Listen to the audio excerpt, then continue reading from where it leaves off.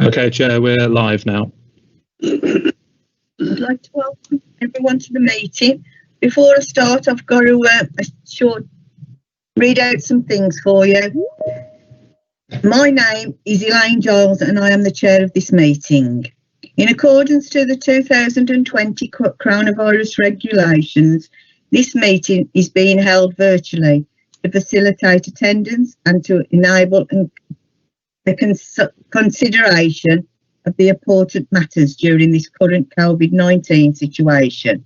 This meeting will therefore operate differently, with members of the board joining us remotely to contribute and vote on any matters.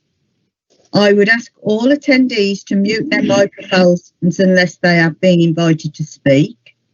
Please also contact Deborah Breeden if you experience a technical issue during this meeting.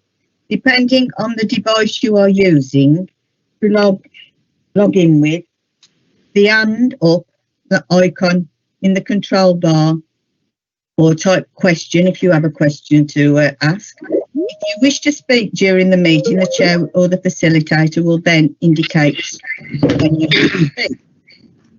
When you are finished, please remember to mute your microphone.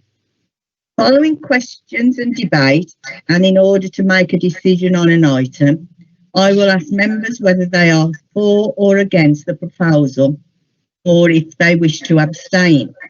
Please note that this meeting is being live streamed online and members of the public and the press are allowed by law to film, audio record, take photographs, blog or tweet during this meeting. Firstly, I will ask all Scrutiny members present to introduce themselves. I'll start with, I'm Councillor Elaine Giles, the chair of the Scrutiny board. Then I will ask Councillor Piper. You're on mute, Bob. Sorry about that, Elaine. First one tonight. I'm Bob Piper and I'm the vice chair of the Scrutiny board. Very good. Councillor Jarvis. Absolutely perfect. I'm Anne Jarvis, councillor for Great Bridge. Councillor Tranter. Councillor Christian from Rowley Ward.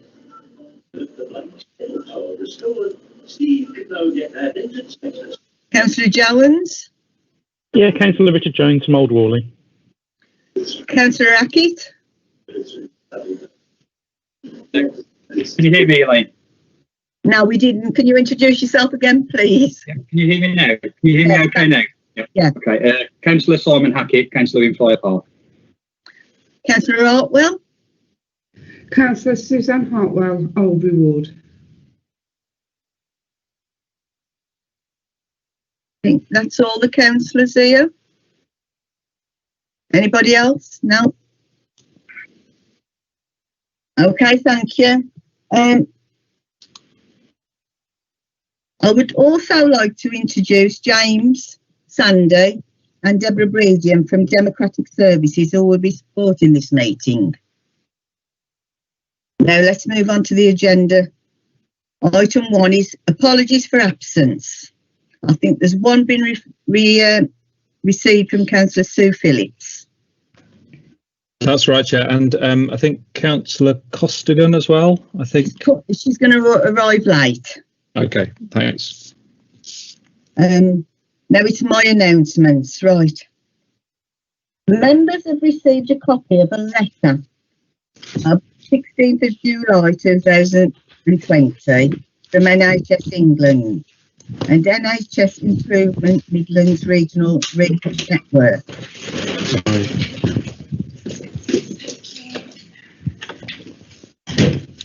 outlying out initial services review plans have been affected from the COVID-19 pandemic. We will monitor this and bring further updates to the committee as appropriate. And another item is invitation to complete a short stakeholder survey regarding West Midlands Ambulance Service 5-year strategy from the Director of Nursing, Quality and Clinical Commissioning. The questions are designed to seek organisational views rather than personal opinions. All feedback will be attributed to the individual responses. Can I suggest that the chair, that I myself, respond on behalf of the panel and relates this to our previous written response to the trust? I'm going to have to go through all the councillors now to see if you agree. Okay, I'll start with Councillor Piper. Yes. Councillor Jarvis. Yes. Councillor Tranter. Yes. Councillor Costigan. Sorry, I'm late, but yes, agree. Councillor Rackett. Yes, I agree.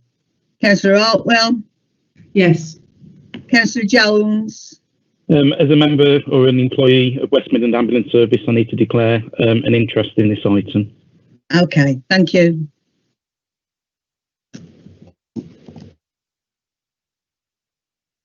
We'll just go on to the next part. Now, I am going on to members to declare an interest. Does any members have an interest to declare? Richard? Again, Elaine, sorry. As an employee of West Midland Ambulance Service, I have an interest to declare. I have one myself, as I've got members of my family who work for Sandwell when we go on to the part about mental health of the staff. Elaine, can I declare an interest as I'm a governor of the Black Country Mental Health Trust? Thank you. Anyone else? Yes, I'll declare an interest because I've got staff, family members who are staff.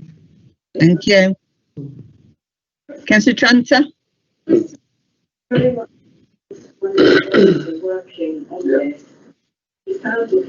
Councillor Tranter, did you need to speak? Sorry, no, I've got no interest to declare. Okay.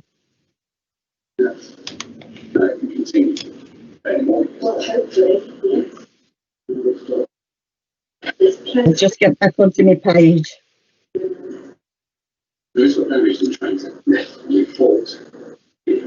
Right. To confirm the minutes. Oh, also that there is no party political whip to declare. Has anybody got any party political whip to declare? No, none. To confirm the minutes of a meeting held on the 6th of July as a correct record. Due to a connection issue at the start of last meeting, Dave Bradshaw from Healthwash was not recorded as being in attendance, and the minutes should be updated to reflect that he was present. Are they improved? I'm going to have to come through you all again. Sorry, Agreed. it's a while. Councillor Piper. Agreed. Councillor Jarvis. Agreed. Councillor Tranter. Agreed. Councillor Costigan. Agreed. Councillor Jones. Agreed. Councillor Hackett. Agreed. Councillor Hartwell. Agreed. No. I've just had something flash up. We've had another councillor who is struggling to get onto the system at the moment. They might be joining us in a while. And the minutes are approved. Item 5. The next item is focus session on mental health support at Sandwell. At the meeting on the 6th of July, the Health and Adult Social Care agreed to hold a focused meeting on mental health support to consider the issues in more depth.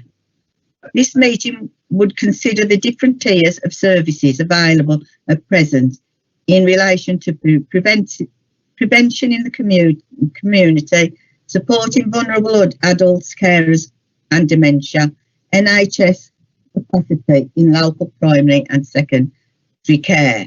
I now invite Lisa to join this session. Thank you. Thanks, Councillor Giles. So I'm going to hand straight over to colleagues who have been coordinating some work on this. What we're going to try and do is cover a range of work ranging from the preventative, where we take a population approach to mental well-being, right through to primary care, secondary care and more specialist services for severe and enduring mental health problems.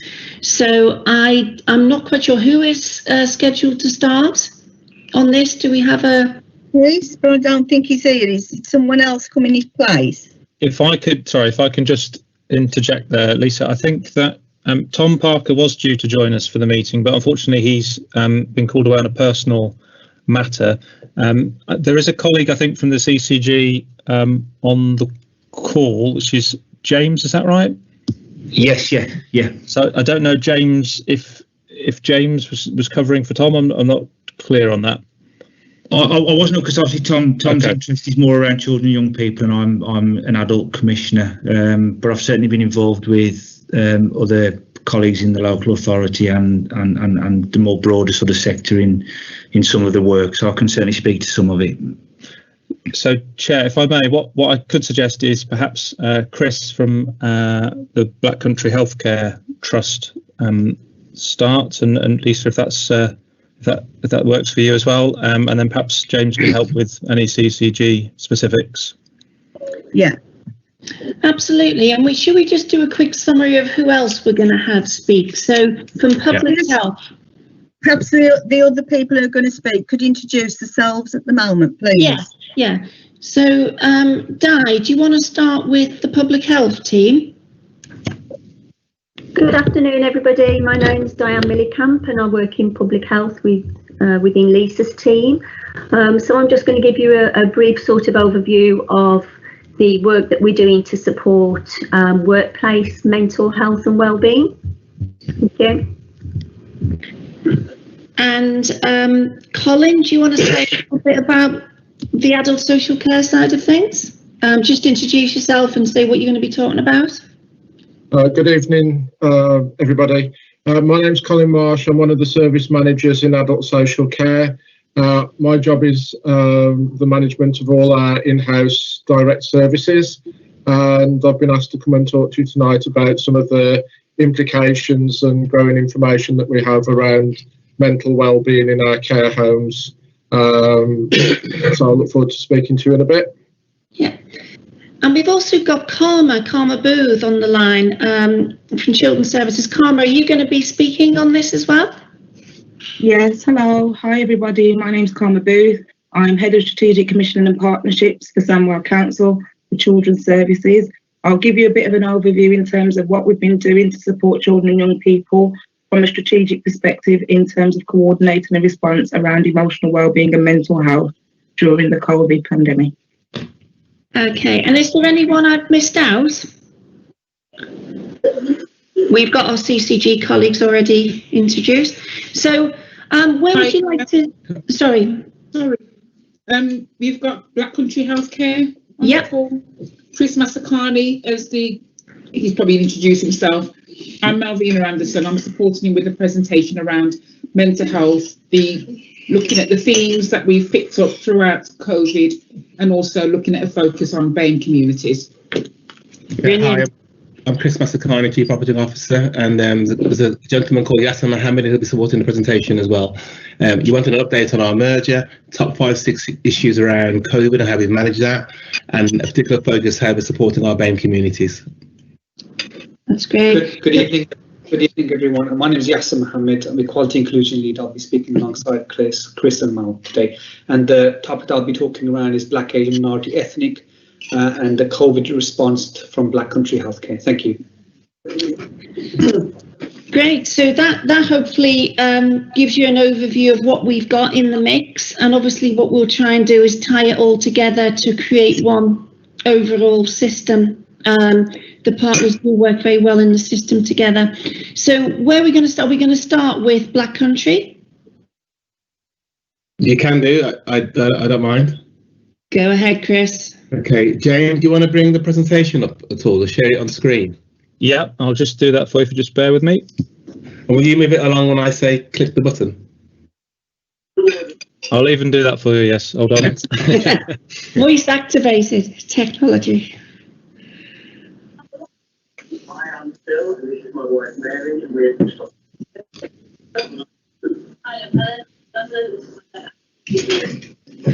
Councillor Giles, just while we're doing this, I might have to dash off the call and come back on because obviously we've got a few live outbreaks that we're dealing with. So if I disappear, I will come back, I promise. Okay. All right. Thank you, Lisa, and thanks for all your hard work. Okay. Okay, I'll make a start. As I said, myself, Yasser and Mel will contribute towards this presentation. The purpose of this presentation, I was informed, was to give you an update on the merger, because you know Dudley and Walsall Black Country Partnership Foundation Trust are now a new organisation called Black Country Healthcare Foundation Trust, which I'll do. Talk about the top 5-6 challenges we've had managing COVID. I think it's fair to say, you know, in my experience of working in the NHS, COVID has been the biggest challenge I've faced as an operational director in delivering services safely. And then a focus on what we're doing for our staff to support them, because they've been through a really challenging time, with a particular focus on the BAME community. Move on to the next slide. So we can move on. Marsha Foster, Director of Partnerships, is not here today. She sends an apology. She had to go for an urgent GP appointment. So we can move on to the next slide, James, to give you an update on the merger.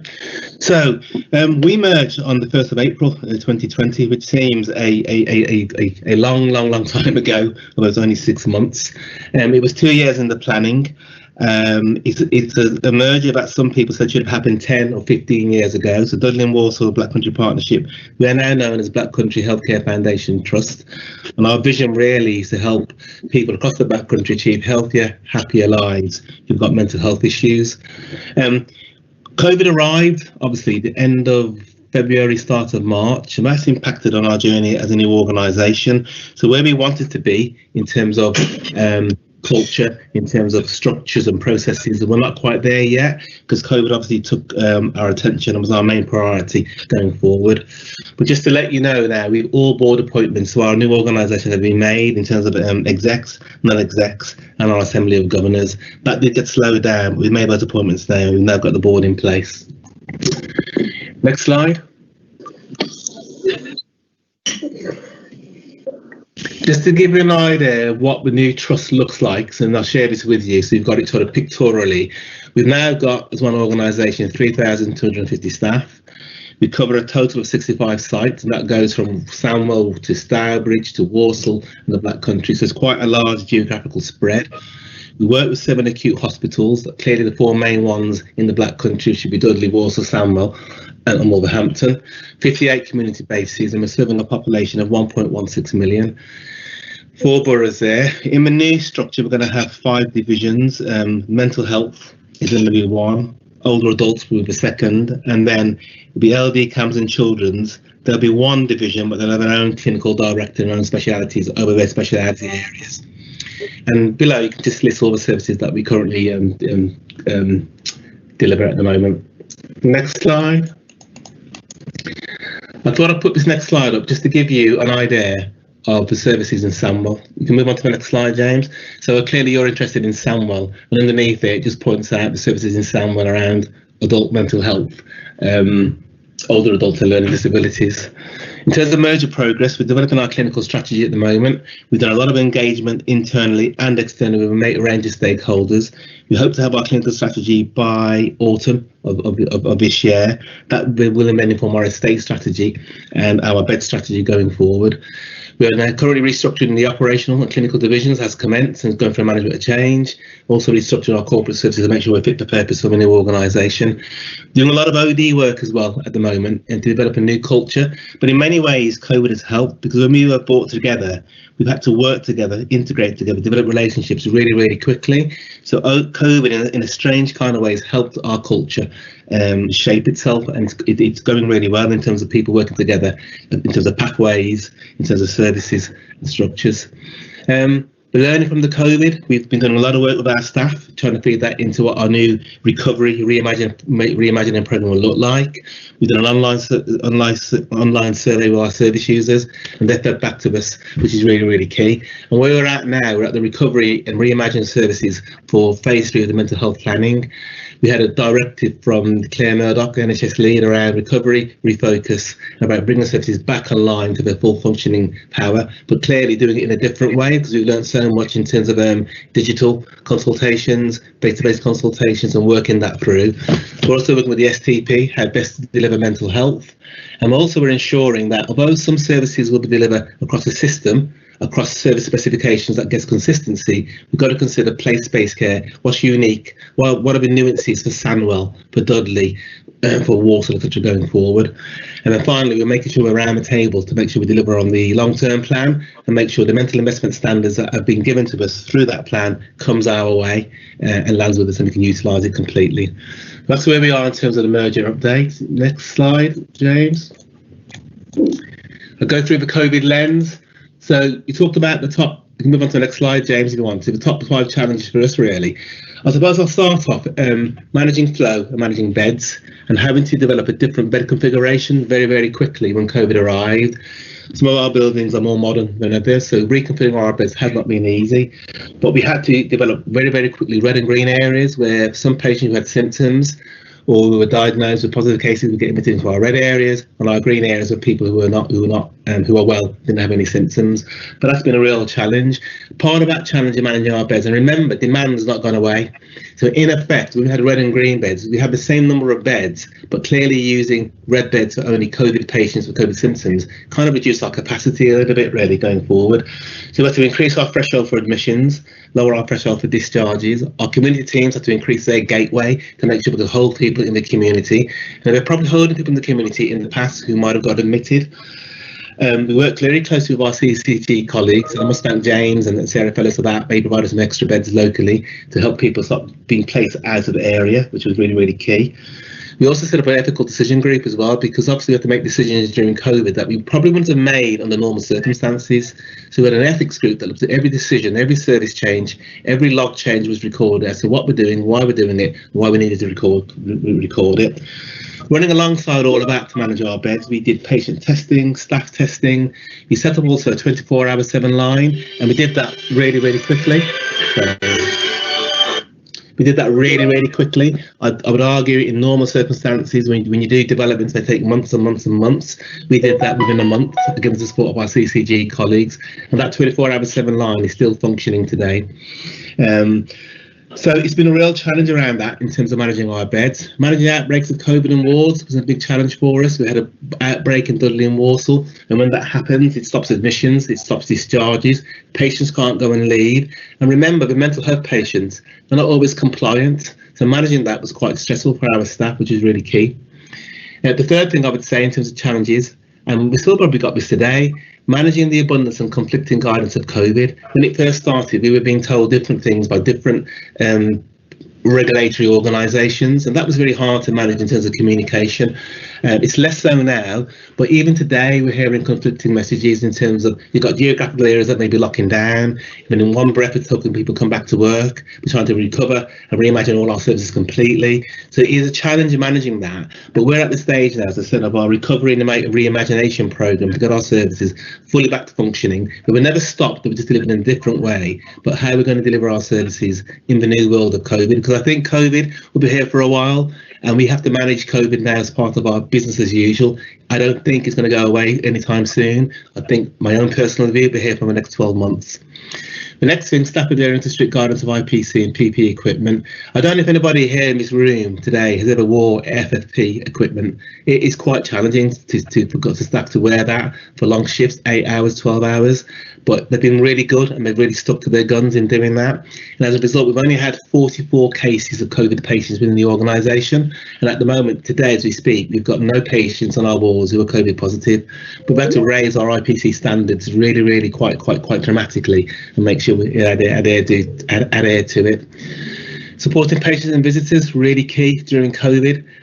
We actually stopped visiting, and you can imagine the stress for families and carers. So what we did to help with that, we gave our patients iPads, so people could iPad their relatives and have a talk to them via Skype or Zoom, etc. going forward. But that's been a real challenge. You can imagine from a patient perspective, not to see their visitors has been quite difficult, and we're still not allowed visitors in at the moment, particularly now as the COVID seems to be ramping up again. And then finally, support for health and wellbeing of staff, including targeted support for BAME staff. Next slide. James, can we move on to the next slide? So I'm not going to go through this verbatim. The next two slides are our health and wellbeing offer that we gave to all our staff. I'm not going to go through that verbatim, but you can see some examples there. So pick out one there. Silver Cloud online cognitive behavioural therapy app made available for all staff to access for free, as well as the trust supporting staff. So we had some examples that we gave. Next slide.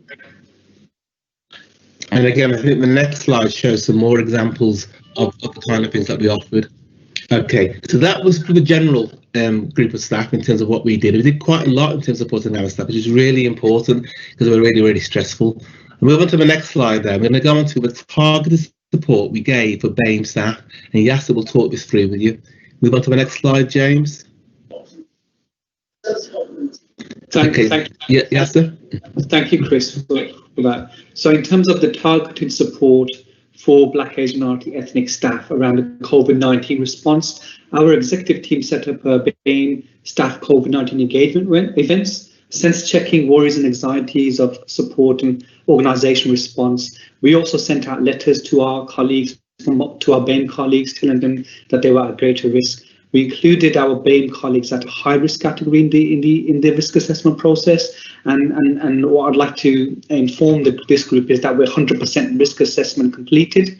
So all that, this includes our BAME staff as well. We made it a priority to make sure reasonable adjustments were made in the working environment for frontline BAME staff and colleagues. And if there was ever a challenge in terms of the risk assessment, throwing up the fact that the colleague was at greater risk, then they would be redeployed into different roles across the organisation. We created safe spaces for our Black, Asian, minority ethnic staff to share the experiences of COVID-19 and also offered wellbeing support. Our CEO and Director of People made a statement on Black Lives Matters, stating that Black Country Healthcare will never tolerate racism and that we are an anti-racist organisation. We made it a priority to reduce incidents of violence and aggression on frontline towards BAME staff. And recently we've made sure that police and PCSOs visit our ward areas to show presence, and the Equality Inclusion team work with managers to build resilience and combat discrimination. To add to that, we've also set up the BAME staff engagement events to sense check what we can do more to help. And I think this has been really positive because of the fact that we've really actually engaged with our staff and we're getting those narratives on a regular basis. We've also engaged with our Freedom to Speak Up guardians to empower BAME staff to raise any concerns during COVID-19. And there's also many other ways in which BAME staff can raise those concerns if they wish to do so, with their line managers, with myself, with the Equality Inclusion team as well. So we really try to create a real open culture there. We've also conducted ward-based assessments to assess patient safety and made reasonable adjustments to make sure that our BAME patients are safe.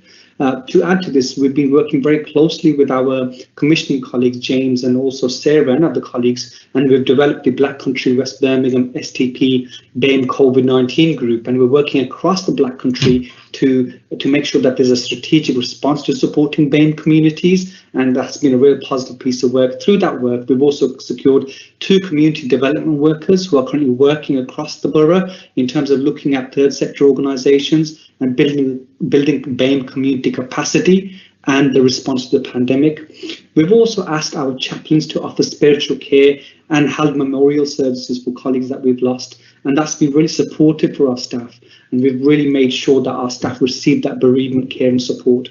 We've also celebrated BAME staff achievements during this testing time, and we've recently been successful in securing Health Service Journal Awards through our Cultural Ambassadors program, which is a program that if a Black, Asian, minority ethnic staff member goes through a disciplinary process, there's someone there who oversees the whole process, and that's called the Cultural Ambassador. And recently we won the Health and Service Journal Awards for that program, and that's been a success. And let me add to that is that this has actually still happening since during the COVID-19 pandemic process as well. So this program has been happening. Can I have the next slide, please?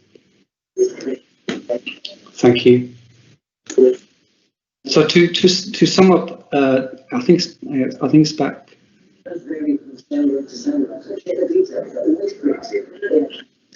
James, you go back one slide. Yeah, that's it. Great. Thank you. So to sum up that, we've co-produced with staff. So the risk assessments have been really important, and we've been a leading organisation in the Black Country around looking at our risk assessments, and we've 100% completed those. We've held the engagement events, and we continue to do so. And also we've employed the community development workers, and we're working to a strategic plan. And this group meets fortnightly, and our CCG colleagues are a part of that, but also third sector organisations and community members. We've also added to that is we've introduced reverse mentoring scheme that enables our executives to work alongside frontline staff to really understand what's happening during this pandemic and to learn from one another. And I think that's going to be a real powerful piece of work. We've also developed the BAME and Ally Champions, where white staff also work very closely with our BAME staff to work together as one, really. And I think that's really important to show that commitment to inclusive working practice. And we also created virtual sorts rounds to cover themes of BAME experiences and impact of COVID-19. Sorts rounds are where clinicians can sit together in a safe space and talk about some of these challenges. And, it's quite evident that we are all going through this at the moment, but we've been very supportive in our organisation, working across third sector organisations, working with our CCG colleagues, and we're really making an impact. So thank you for that. Over to you, Chris. Thanks a lot. Yeah, I'll just finalise. I've got the last slide to say. I have to say that as an organisation, our lowest point, we lost 2 members of staff from the BAME community who worked for our organisation. And that was probably the lowest point for us as an organisation. I think the BAME issue really, in terms of the NHS, the George Floyd issue really has come to light, but we've done a lot of work to support our staff around that. In final slide really, in terms of COVID, it continues. What we've noticed during COVID, that demand for mental health did not go down. Actually, what we're picking up now is that we're getting a lot of people referred to us, not known to us before, people who were not known in the system, who were not on waiting lists. And they do predict that post-COVID, that mental health will rise. So it's a real challenge for us, so it's not stopped. And clearly, I put there living on the edge. The second outbreak, it seems to be arising, so it continues for us really. And we're just trying to deliver business, what I would call in extraordinary circumstances. So that's it really in terms of merger, top 5, 6 challenges, and what we're doing for our BAME community. Thank you very much. Okay, thank you. We're going to check questions for 5 minutes on this issue before we go on to the next one. And I know Councillor Piper wants to ask a question. But before you do, Bob, can I just say, welcome. I've met people from Health Watch, Alexa and John as well to the meeting.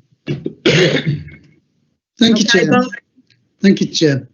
I think it would have helped, and I did say to James before the start of the meeting, if we'd had these presentations prior to the meeting, because this is about scrutiny, and it does enable us to formulate questions and look at the work that's been done in a more sort of relaxed manner than trying to, sorry, I'll just turn that on, rather than trying to formulate it whilst trying to read the screen as well. I think that was a very comprehensive description of the issues around mental health, managing a service for mental health under a COVID situation, which I think is very important. And obviously, as a local authority, we've ourselves got the experience of managing a service during the time of a pandemic. What actually I was looking for when this subject was first discussed was what the impact had been on the mental health of the community of lockdown and the whole business around social isolation. That really was what I was looking for. And that doesn't mean in any way to not appreciate the presentation we've had, which obviously you showed very well how you're coping and your staff are coping with the whole difficulty of working under a COVID circumstance. But what I was looking for was a description of, or some sort of, and it may just be too soon to judge, it may be far too soon to judge, but what the impact had been so far that we could judge on the community of trying to cope with the COVID pandemic. I mean, I asked to come in from the community point of view. I would definitely say, though, I think in terms of mental health, what we've noticed, Bob, is that we're getting increased referrals of people who've not known to us before, who've got developmental health issues. I mean, we didn't get time to do the data on that, but that's certainly a sense that we're getting new cases, new people entering our mental health services because of COVID and the impact it's had on them. Definitely, and we're trying to manage that demand as we speak going forward. Mel, any comments on that for Bob? Yeah, of course. Thank you for asking that question, Bob. I think in terms of ourselves, we're doing a lot of work with the communities to really understand what's happening out there. We have an event planned on the 28th of September at 11 o'clock, and that's going to be attended by third sector organisations and also community members and also people who lived experiences. And I'm more than happy to come back to this group and report back in terms of that, Bob. Thank you. Thanks very much. Yes, I'd just like to add, it's Malvina. I just echo what Chris has said, really. I think what we've seen is that the numbers of people coming through our services that are not known or have never been known to us, but they've come through with real complex mental health issues. And we're trying to understand what that is about, because we're not getting those patients who are on the waiting list, people who are known to services. Those people somehow in COVID didn't actually rise within COVID. It was only those people who weren't known. So we're doing a piece of work internally to try and understand the pathway that people have entered our services and whether it's because GPs wasn't operating. We're not sure, but we're doing a piece of work to look at that in more detail. Thanks, Malvina. And I'd like to pick up really, Chair, on what Mohammed said about perhaps coming back when they've got a bit more detailed information of what the impact has been on communities and whether any specific communities have been more disadvantaged than others as a consequence. I've just written that down to put that at the end of the meeting, that we ask for that, a report back on that, Bob. Councillor Costigan, you want to ask a question? Yeah, thanks, Chair. Obviously, following on from Bob, I totally agree with the comprehensive information that's just been given to us. I think, to be honest, I'm quite surprised at the amount of people I speak to on a daily basis that you would never believe the mental health that is now affecting people that you'd never dream of. I'm quite surprised, and it has taken me back a bit, to be honest with you. So I know you're all doing a great job, which is great. Can I just ask a question? Where it's got the top 5 to 6 challenges, the COVID, and it mentions the managing flow beds with a different bed configuration. Can you just explain that a little bit better for me, please? Well, we have a bed stock, obviously, in terms of our capacity. And if you think about it, in terms of people need to be admitted or get admitted, really. But because of COVID, we had to be really careful about who we could admit and where. Because obviously, if you've got a red area that's got COVID patients in, and you've got a patient who needs to be admitted, you're going to only go into a green area. So what's what I mean in terms of managing our capacity? You have to be really careful, because you don't want to spread the infection and make somebody unwell. So we have a bed stock, and we have to manage that bed stock. And some of our estates have different environments, and very easy to configure more than others. So we created red zones and green zones. Does that make sense, Elaine? Yeah, no, that's great. I just wondered what you meant by that. That's great. Thanks for telling us. Elaine, go back to your point around, it's really interesting the amount of people who come out with mental. I absolutely agree with that. Even outside of work, as a lay person, speak to my friends of mine, etc. And it is quite surprising how COVID is really impacting on us. And I think it's here now for a while, and it's quite enduring, changing our behaviour, changing the way we do things. It's quite labour intensive, having to remember what to do and how to behave. and it is impacting on people. You got families and children's complex and now having to be in the same household. There could be complex families, complex children's. You know, our Dudley services have to manage that really, really carefully. So I totally agree with the lady. It's absolutely, it's incredulous what's come out from COVID. Yeah. That's great. Thanks ever so much. I agree with that. There's more people, everybody now is suffering with mental health issues. Yeah. Everybody's now is at least 2 or 3. Yeah. Any other questions, or shall we move on to the next one, which is,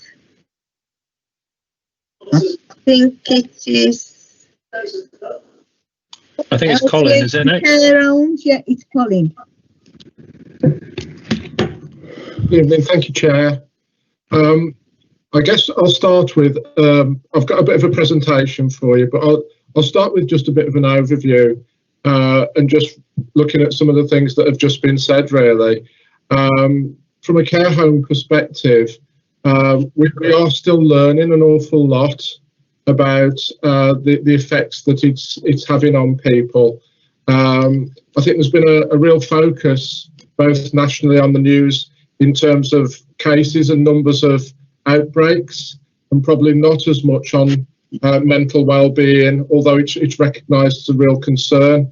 So again, I think this is a piece of work that will probably need to be looked at on a longer-term basis as we go forward. But let me see if I can share my screen with you.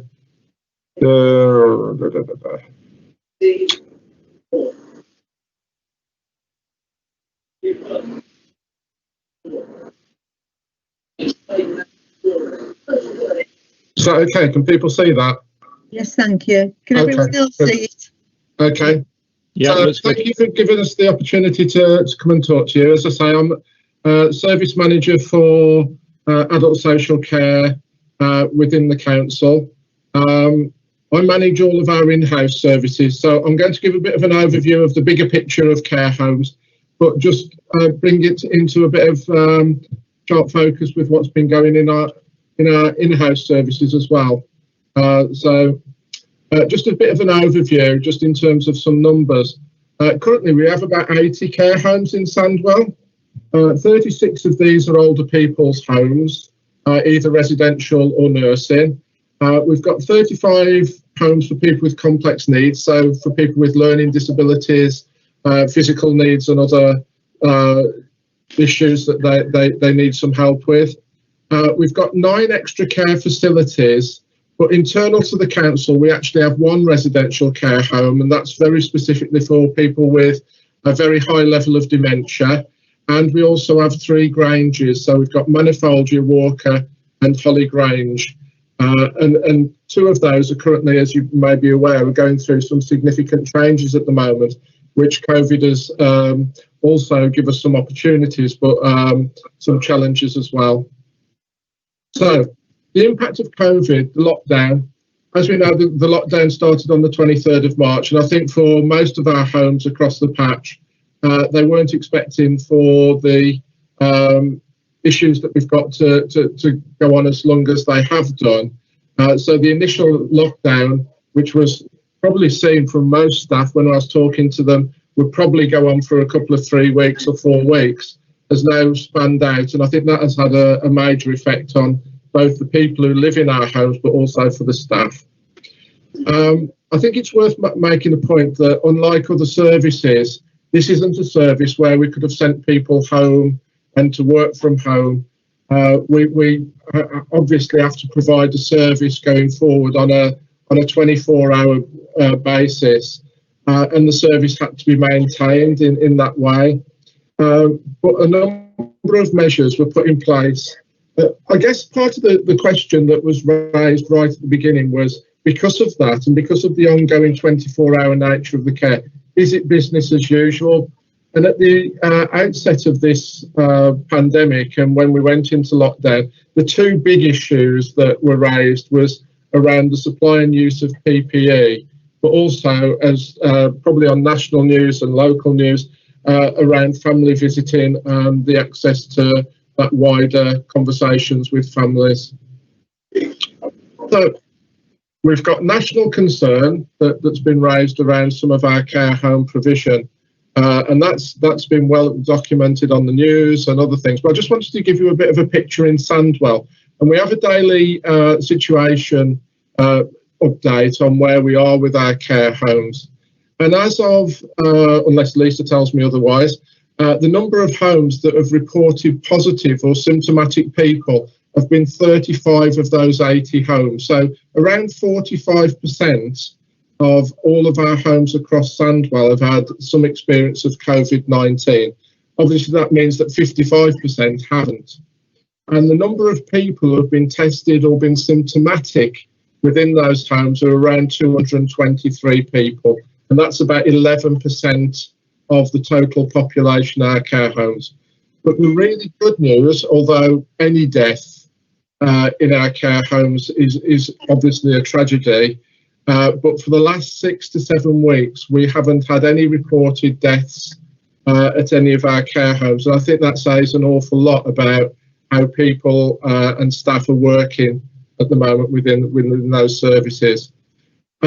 We've had no deaths in our internal care homes at all, although the national headline, if it's to be believed, is around 40% of all COVID-19 deaths have occurred in care home situations. The big question for us, and I think because of the initial lockdown and where we were, our focus was on protecting people and putting things into place that would stop the spread of COVID-19. But as time's gone on, we have become increasingly aware of the need to balance that with the well-being of the people who are there. And many of the people who live in our care homes would be shielding. They're elderly people with a whole range of other issues that would put them into that category. But we are very mindful of the effect of lockdown on people's mental well-being.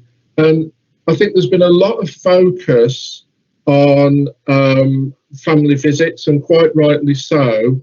But also, when we went into the lockdown situation, a lot of the people who live in our care homes have started to miss the people who are also in the care homes.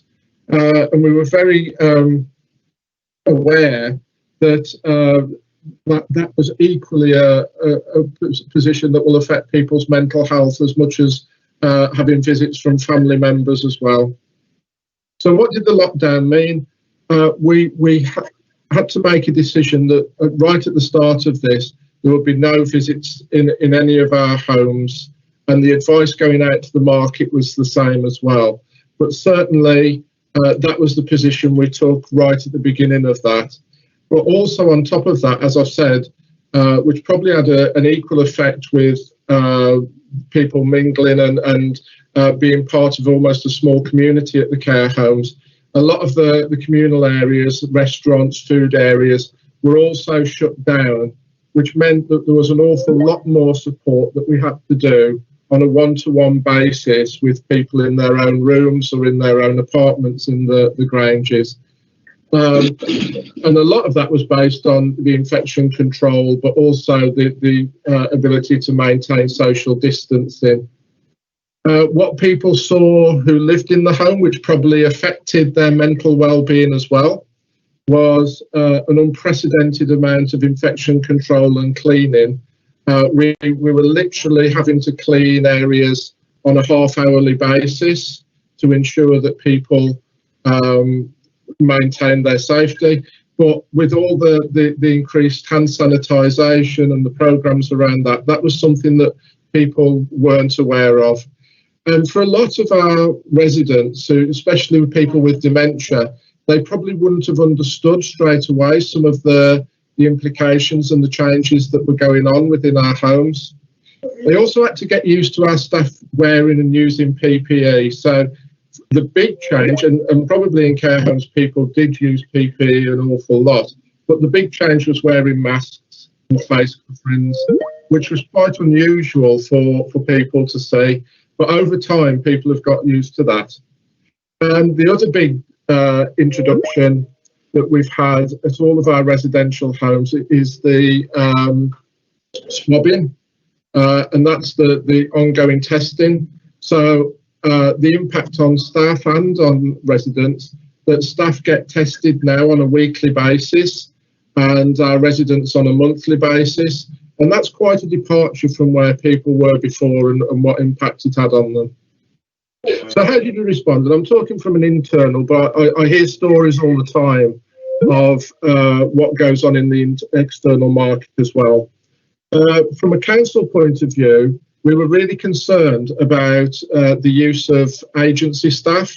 So with a number of services effectively closing down and staff being sent home, we utilised an awful lot of those staff to go and work in our care homes, which maintained a level of infection control and a level of consistency that we could have with people, that they got used to seeing the same people every day.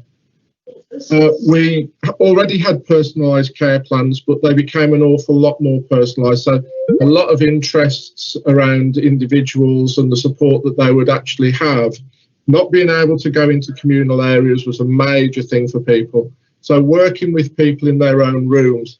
So an awful lot of chatting with residents and spending time specifically with them to actually make sure that they were okay. For people with dementia, we were I suppose, heightened concerns around people forgetting, especially if they hadn't seen family for a long time. So we had a lot of sessions with family memory sessions, with storybooks and photo albums, and staff working specifically with people to maintain that contact on knowing who people were. And an awful lot of storytelling. We encourage people to both tell us their stories, but also write down a lot of the stories that they remember from their youth, which has been really interesting. As was said with the previous presentation, we fully embraced, or as much as we could, digital technology with virtual visits. So we made sure that we had a number of iPads delivered to homes. The CCG have done exactly the same, supplying the external market, the independent market, with iPads as well, so that people could actually stay in touch with their relatives through, or helping them with their own phones or their own digital devices to stay in touch with their family. And what we also introduced was what we called wellbeing windows. So we dedicated a room at each of our properties that would face onto a garden where people could safely go into the room. And we had, by appointment, family members come and see their relatives through the window. And that was really well appreciated by both family and people who live in our properties. It caused quite a challenge, because every time you did that, you had to completely clean down the room for the next visit. So that was why it was by appointment only. These are just some of the things that we've done over the last few months, just to mark and make people's life as normal as possible while we were going through this process. So, and the work we've done and the links that people had already had with a variety of other businesses or local community that have come together to help support people in our care homes has been really quite remarkable in terms of some of the brilliant work that the care homes have been doing. So just as an example, the school sent letters and messages of hope to our tenants at Manifoldia Grange. So they started effectively resurrecting a pen pal situation, if people are old enough to remember pen pals. And started writing letters to each other, which was really good. But that just gives you a bit of an overview right through to now of what kind of things our staff have been trying to work with people to make sure that their mental well-being is fine. Implications of staff, and I could have doubled the presentation at this point, but I just want to make a few points about some of the implications that we've had for the staff. Like I said, I don't think any of our staff thought that this pandemic would go on as long as it has done. They were used to wearing PPE, but that has been significantly up. So if we go on calls with our staff and talk to our staff, they are constantly wearing PPE, and I can only echo what was said in the last presentation. That is quite an uncomfortable thing to do for whole shifts, but if that's what people have done, then that's what people say. I think the other big thing that staff, and I think we have to recognise from a mental health point of view, is, and when I talk to our staff, is that effectively they have really made a decision to put a lot of their life on hold. They don't go out to parties and they don't go out to barbecues anywhere near as much as we're here. They are really quite dedicated at keeping the people in their homes safe. And I think that's a real plus for us, that we've got that level of dedication. But it does have an impact in terms of they are missing their family and they're missing doing things. So we have to be constantly talking to them. The other thing I'd just mention is the swabbing. And it seems like, and it is a good thing, that we've got the swabbing in place so that we maintain that level of diligence around the testing for this disease. I have to say that staff, when they're tested on a weekly basis, their managers in particular, but also the staff, are on tenterhooks, and it affects their mental health, just waiting for the results to come back, because they know that if one person comes back positive, then that potentially has a massive impact on the staffing group and the way that we can actually do that. And they fully understand. And I think that plays into why they behave outside of work in such a way that keeps people safe as well. From an ongoing support, we've got a lot of informal support for our staffing and for our residents. We have regular telephone conferences. Managers are in touch with them all the time, usually on a daily, if not weekly basis, and the same with myself. But we've also got a number of formal issues with protecting people's mental well-being as well. So a lot of counselling is available.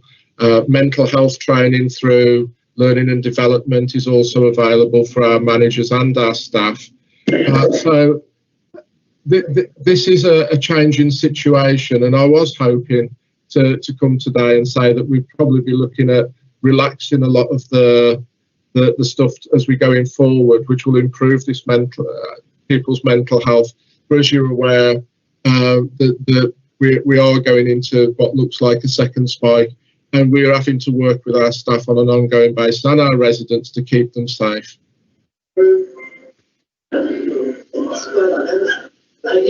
One question I've got: the staff who have got mental health issues, are you putting in, what kind of support are you putting in for them? The staff are going to have mental health issues as well as the people in the homes. I'm sorry, that was a bit broken up, to be honest with you. So, you know what? Can you hear me now? Yes. Right. Staff with mental health issues, how do you support them? A lot of encouragement and spending time, making sure that people have breaks. What I find is that people get caught up and are working at a flat out pace, and that is really, really tiring for a lot of our staff, not just from a mental health point of view, but also from a physical point of view. So encouraging people to have some breaks. Over the summer, it's been really interesting of just getting some of our staff to have a break and go on holiday or take a break from work, because they are so dedicated to wanting to come into work and carry on with the job that they're doing. But it is, we have to recognise that this is a long haul, and people do get very, very tired. I think from each of the staff teams help each other. They are very mutually supportive of each other. So every time I ring in and talk to the members of staff teams in small groups, they are really, really supportive and want to be there and are very dedicated to doing that. But like I say, from a staffing point of view, we really encourage people to have some time out so that they can go and have a cup of coffee and share some stuff from either a socially distanced perspective or from a virtual perspective. And they're just getting on with it and are really used to working in that way. We have had a number of staff that have got very tired. We've had a number of staff that have needed some additional support, so we refer them through to our occupational health. We refer them through and make sure that they get their GP appointment sorted. Colin, sorry, but, to Councillor Piper here. I think the chair's point really is it must be very stressful for staff working in a COVID situation very closely with elderly people and having to see those elderly people suffer, maybe go into hospital, maybe die. That must place enormous mental stress on the staff themselves. And I know you've just said about providing some sort of occupational health support. Have they required any additional support in addition to that? A small number of staff have taken up the offer of the internal counselling. A small number of staff have got extra support through our mental health services, but the majority of staff have, in fairness, have got on and stepped up to the plate and done a fantastic job. Legislation giving Britain the right to override part of the Brexit. Thank you. I've got two hands up. James, you've got a question. James Cole. Martin Head, one of the victims of the Manchester Arena bombing, and the inquiry families of the 22 people who died. Hello. I think he stuck his hand down. He took his hand down. Sorry, it was I put my camera on, not my microphone. Foolishly. All right. Diane. Hi there. It's just to support Colin's response in relation to how we're supporting the staff in the care homes as well. Within public health, we held a sort of a webinar for care homes, generally about, PPE and all the rest of it, but we also included in there a range of, as Colin said, a range of support around mental health provision.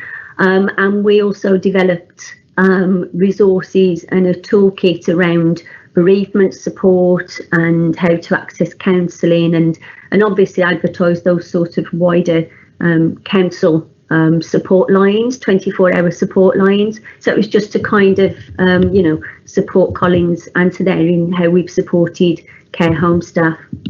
Yeah, I did have sorry, James, I did have a point to make. I sort of put my hand down a bit probably prematurely. Just to say that as part of the CCG, the collective CCG response to the initial phase, we opened up access to a number of our sort of lower level emotional and therapeutic support services, specifically IAPT and the Healthy Mind service in Sandwell, by commissioning, Chris made references, by commissioning Silver Cloud, who are a digital provider, so work that can be done remotely with individuals. As part of that, we commissioned a specific package of support for staff that we opened up to social care and third sector staff, with complete parity of esteem with our NHS colleagues. I think what's come out of that, there's been actually quite not very much take up. So I think what Colin talked about, the informal support that staff, the informal aspect of the formal support that staff give each other and where they feel safe and within networks they trust, is obviously far more sort of valuable than some of the stuff that we've tried to put in place. Although I would stress that it's still there, it's still accessible, we're still funding it, and it will remain there while we're still dealing with this crisis, because we do expect that there will be consequences emotionally and psychologically for people who have worked in this environment. And I would again, and I'd also stress that we've actually sort of also committed to prioritise health and social care staff within our sort of some of our frontline mental health services to ensure that they get fast access to some of those sort of therapeutic interventions that might help them deal with any emerging mental health problems that they have as a result of dealing with this situation. And again, that's not going anywhere. And it's just sort of trying, we just keep trying to get the message out there, really, that this stuff is available for people and readily available. Okay, thank you. That's nice to know. Now, got no more questions, so shall we move on to the children's and families part. Sarah? I think it'll be myself who'll be doing the children and families part. It's Karma. All right, Is Karma. that okay? Yeah, so I do have a presentation to share, and it is covering some of your topic, your agenda items, but I think I'm going to be a bit more flexible in terms of just sharing and trying to pick up some of the things that people have talked about today as well. I'm just going to try and share my desktop, my presentation. Can you see that at all? No, we haven't got it. No. Not unread yet. All right, let me try again. Yeah, there we go. Right, in terms of children, young people, can you see that? Yes, we can. Right, so what I'm going to do is just introduce myself. I'm operating in the role of Strategic Commissioning and Partnerships. So I'm working for Sandwell Council, and during COVID, there was an emerging need in terms of children's emotional wellbeing and mental health. And we've got a really good governance framework in place. However, due to staff being put into different positions and colleagues having to be redeployed, there was almost a gap in terms of trying to create a visibility and assurance around what's happening around children's emotional wellbeing and mental health. And Sandwell Council stepped into that space just to try and hold the ring on what's happening to our children and young people. So during COVID, a task and finish group was set up, well, not even a task and finish group, just a group of like-minded individuals who work across the emotional wellbeing and mental health landscape. Joined a call that I coordinated. It included voluntary sector organisations, included statutory provisions such as educational psychology, it included our CAMS commissioner, included our Black Country Health and Care provider, included all the provision as much as possible who were supporting children's emotional wellbeing and mental health. And as a group, the group was positioned to think about what are some of the current problems that children and young people are experiencing. And what we was able to do is provide a reactive response to any emerging needs. So in terms of children and young people, we developed a surge plan, and we thought about what would a surge look like for our emotional wellbeing and mental health services. So we initially started to gather what the position was. So that was first identifying what current providers are doing. So for example, our CAMS providers, they were still providing services. However, some of that went online. We knew that they created a brand new 24/7 crisis helpline, which we were able to promote through this group.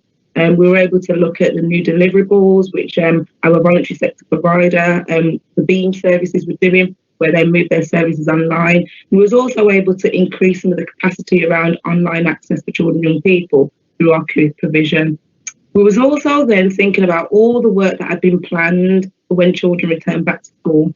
And we recognised that schools were going to be oversaturated with offers from voluntary sector organisations, our statutory provision, as well as mainstream services such as CAMS, all trying to access schools to identify children early enough to make sure that they're getting support at a timely fashion. So what we were starting to think about is how do we protect our schools rather than getting oversaturated with multiple offers of support to support children and young people when they're returning. And we also started to unpick what the demand and capacity look like within services. You know, are they currently hitting their current targets? What's happening with the workforce? If workforce are going after COVID? And then also just trying to think about what could some of the predicted need look like. And what we've done is try to do some kind of surge modelling to think about how we can move it forward. But that was really difficult just because the environment was so unclear. So what we developed was just a set of response principles, and the response principles were guided by what the needs were emerging within specific service areas. So here are our surge principles, our surge response principles. Our level 1 was school support, a single response where schools would work alongside education psychology to just literally wrap around and find out what are the emerging needs. If there's a couple of children who were bubbling in terms of their support, there was active support from education psychology via a bit of a hotline and where they could provide some support. In addition to that, we still had the crisis line available, and we also had the single point of contact, which is supported by the voluntary sector as well as Black Country Health and Care Trust. We then thought about, you know, if we started to see a big emerging need within schools, and we're starting to see that in a number of schools across the locality, then we might need to have a multi-agency response, which is looking at how do we almost support the flow. So rather than lots of referrals going to our CAMS provision and overwhelming that, who else in the system could support. So we thought about our voluntary sector organisations, some who are really well skilled at providing specialist support. We know that some of the emerging themes are potentially around domestic abuse, and we know that a lot of practitioners will probably send referrals around children who are exposed to domestic abuse through CAMS provision support. But we also know that we've got Black Country Women's Aid who were provided with additional resources to support children directly in schools. So we just try to think about who will best suit support the emerging need across that particular place or locality or collection of schools working together. And then what we also looked at is a system response, and that's where I kind of stepped in really in terms of looking strategically across the system. How do we identify what themes are emerging? How do we make sure that we've got the right support in place? And then it was also about trying to curb the surge in demand and trying to almost stream people into the most appropriate service to prevent escalation of their wellbeing concerns. Our surge response principles have been flexible, and it's based on a bit of a weekly monitoring reported to the respective commissioners who commission specific services. We also have a fortnightly task and finish group that we just check in and share intelligence. But what we've also done is ramped back up and we're now having weekly transition and wellbeing meetings as we know that the children have returned back to school. And it's not just those children who are in school, but also those who are outside of school or, known to other service provision. So I suggest that the Wednesday group, which I've been talking about, which has kind of developed this work, are almost like an intelligent group who try to just bring together any intelligence that's happening on the ground and try to have a more of a proactive response to any emerging needs and demands. So in terms of our emotional wellbeing service surge plan, we know that we've got specific providers in the locality. We know that if they are saturated, it will have an absolute impact in terms of referral routes. So what we've done is we've identified what the different service provisions definition of surge would look like. We've given some indicators how we monitor the surge, and we've also looked at how we could manage surge if that was the case. This table just kind of gives you an indication of some of the areas and how each individual service provider will be responsible for that, but they will connect with their commissioners if they need additional capacity to support any saturation or too much need for service provision. What we've also got here is a diagram, which is the triggers to support a system response. So we know that schools are absolutely going to be the place that probably pick up most of the emotional wellbeing, mental health concerns. But as we've got a brilliant education psychology offer in terms of the school charter mark, there has been a lot of planning meetings to support schools in developing their resilience. In addition to that, the DfE have provided additional funding for localities to think about wellbeing return to education. And it's only a small amount of money, but what it's trying to do is ensure that schools have good behaviour policies, that they're not excluding children quickly, because actually some of their emerging needs might be a trigger of some of the adverse childhood experiences that they've experienced during COVID. We thought about our voluntary and community sector and how do we wrap around and support them. But we've also thought about CAMS, because we know that CAMS is, the most, that's where people need to go to for specialist support, and at times that can be oversaturated in referrals where actually there's better service provision available that can meet the needs of children, in particular within the voluntary sector. So in terms of the group that has been organised and still keeps meeting, we've just done a bit of a stock taking at the end of July to think whether or not from a partnerships perspective the group has worked. And what this is the outcomes, what they've shared, that actually there's been a better understanding of service offers. So what we was able to do is map most of the intervention that's available within some of our voluntary sector provision and our statutory provision, and we've mapped that against our schools charter mark. The schools charter mark is a tool that is used by schools, and they recognise that language. We know that a big proportion of our children access education, and therefore we thought that we'd start to position some of our conversations, our information within language which is easy to understand for schools, because they're best suited at the moment to support and identify emerging needs. We looked at developing a joint assembly plan, but we know that some of the guidance that's been issued, schools are limiting the number of visitors, so we're thinking about how do we reposition ourselves around that. We've developed a position paper which clearly outlined exactly what partners are doing across the system. So at least we knew how children and young people could access provision. We then had coordinated communication because we knew that that was one of the biggest problems that would be affecting our system. Multiple people communicating and the messages being distorted, or actually slightly different, which made it confusing. So what we've done was had a coordinated approach to communicating with schools. So we've had our school health improvement lead on that. We've had our shape board coordinate much of the messaging for children and young people and how they can access emotional wellbeing and mental health support. The partners have put in any information that would be relevant for children, and that's gone via our shape board. We supported our providers where we've been sharing as much resources as possible, so at least we can ensure that we've got the right tools and resources that schools, education systems, youth workers, whoever's in the system and working alongside children and young people have the right tools in their toolkit to support children in terms of emotional wellbeing. And then we also developed a joint video, which was about 5 ways to wellbeing. And what's amazing about this video is all our main partners who are commissioned to deliver emotional wellbeing and mental health services in Sandwell contributed to it. So this is really relevant to our local system. One, because children and young people will hear the accent and recognise that these are local children and young people, local staff who produce these videos.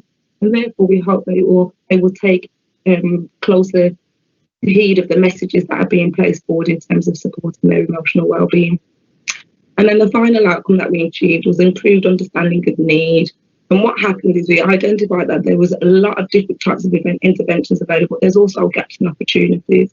It highlighted that actually sometimes children and young people's needs, what they express through their voice, is very different to what we think as professionals. And we actually need to take that on board.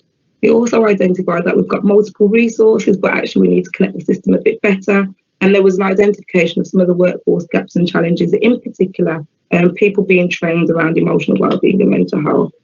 So this board wanted to know a little bit more about some of the top themes. So the biggest top theme is domestic abuse. We've had a 14% increase in terms of the last 6 months in terms of domestic abuse referrals into Sandwell Children's Trust.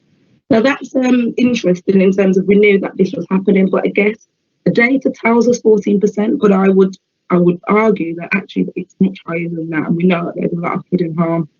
What we're starting to get through from some of the schools in the last couple of weeks is that actually there's a piece of work around children being perpetrators against their parents in terms of domestic abuse.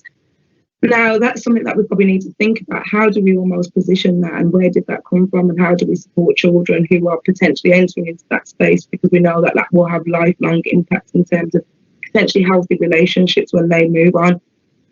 So there is a piece of work that is that's taking place in terms of the school curriculum, and that's our colleagues in public health are working on that and supporting schools around healthy relationship curriculum.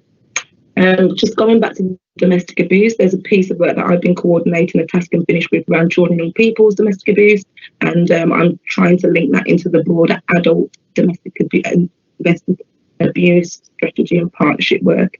In addition, there's been some connectivity made in terms of the STP, and there's been a task and finish group, a Black Country task and finish group around domestic abuse that's looking a little bit more holistically at the links to mental health and children exposed to domestic abuse. One of the top themes that have come up in terms of isolation and loneliness, many children and young people have expressed that they are also isolated and lonely, a bit similar to what Colin's been talking about. However, I think if I was to be honest, I don't know whether or not we are really addressing the isolation and loneliness issue for children and young people. And anxiety in terms of children and young people's general academic development and where they perceive themselves to be and whether there'll be jobs for them, hope and what their grades will be. That has been one of the top things that have come through. And we know that poverty is also one in terms of children and vulnerable children accessing meals and stuff. So we know that that's a top thing. So the data, here's some data. Some of it's presented back in May, some of it's presented recently. However, the data only tells us what we are seeing in terms of access. I think we need to be very cautious in terms of how we interpret data, because I do not think it reflects the full picture of need and demand in Sandwell for children and young people. So in terms of children and young people's voice, these are some of the things that children and young people are saying, and this has come from the SHAPE survey. There was a survey completed by SHAPE last year, but there was also a youth service survey that has come out. And these are some of the things that children and young people are really concerned about and what really matters to them. So on the left, we've got what really matters to children is that they want to be listened to, they want to be loved, they want to be cared, and they want to have really good family connections, which I think if we reflect upon that, everybody wants that, and it's nothing different to what adults want.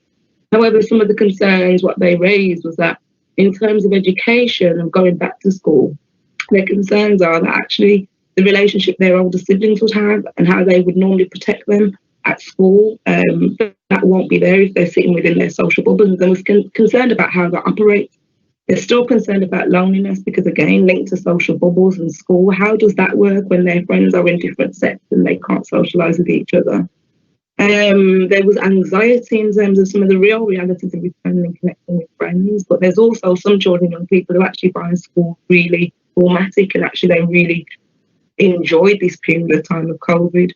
And then I think the biggest issue that we probably really need to consider in terms of connectivity with children and adults world is transition. We've got many children and young people who are transitioning at different points, whether that's from nursery to primary school, whether that's from primary school to secondary school, whether that's from secondary school into further education or employment. There's a number of young people who are at that transition point, and we know September is one of those times. And that's something where we know that we've not been able to do much of the work around transition to ensure that children are emotionally ready for their next step of their journey. So this is the 5 ways to wellbeing, the partnership video. I'm happy to play it if you'd like to listen to it. But if not, there was part of the agenda. You was asking about how can we think about some of the issues that have arisen. And I know that I've focused very much on children, but actually children are part of a community or part of the family, which is fundamentally around adults. And I do have some anecdotal stories as to what's happened. So I was part of ringing families in terms of food parcels. And what I found is that actually some families were getting food parcels, both for adults' social care needs, but also children's social care needs. And I guess if I put that into the mental health context, I guess that there's some families where there is adults with mental health needs and children's. And sometimes our lens can be very much focused on our own area of concern. So my lens is absolutely within children's, but I do need to recognise that there's adults. So this diagram is almost just trying to illustrate that we operate in policy and frameworks, and actually those policy and frameworks are driven by a specific lens, whether it's children or adults. And what we get is a siloed support function. And I guess COVID enabled me to really reflect and think, actually, there's opportunities for us to think in a slightly different way.